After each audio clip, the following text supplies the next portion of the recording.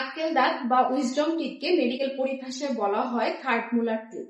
অনেকেই মনে করেন এই আক্কেল দাঁতের সাথে মানুষের জ্ঞান বা বুদ্ধির সম্পর্ক রয়েছে, কিন্তু সত্যিকার অর্থে এই ধারণার বৈজ্ঞানিক কোনো ব্যাখ্যা নেই। সাধারণত 17 থেকে 25 বছরের মধ্যে মুখগহ্বরের উপরে এবং নিচে মোট 4টি আক্কেল দাঁত উঠে। মুখগহ্বরে আক্কেল দাঁত আছে, কিন্তু এর ব্যথায় বিড়ম্বনার শিকার হয়নি এমন কম মানুষই আছে। অনেকের চোয়ালের গঠন ছোট হওয়ার কারণে এই আক্কেল দাঁত পর্যাপ্ত পরিমাণ জায়গা পায় না, যার কারণে এটি আংশিকভাবে উঠে বা পাশের দাঁতের সাথে হেলে পড়ে, যার কারণে মাড়িতে প্রদাহ বা ইনফেকশনের সৃষ্টি হয়ে তীব্র ব্যথা হয়।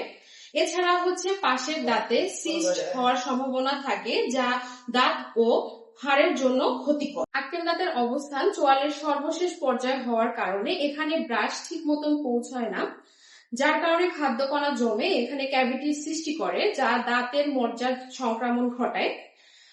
আক্কেল দাঁতের সমস্যার সাধারণ লক্ষণ: মাড়ি ফুলে যাওয়া, কখনো বা গাল ফুলে ওঠা, মুখ ঠিক মতন খুলতে না পারা, জ্বর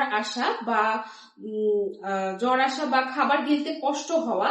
এছাড়া দাঁত বা মাড়িতে ব্যথা করা। এমন সমস্যা দেখা দিলে অবশ্যই একজন ডেন্টিস্ট বা দন্ত চিকিৎসকের পরামর্শ নেওয়া প্রয়োজন।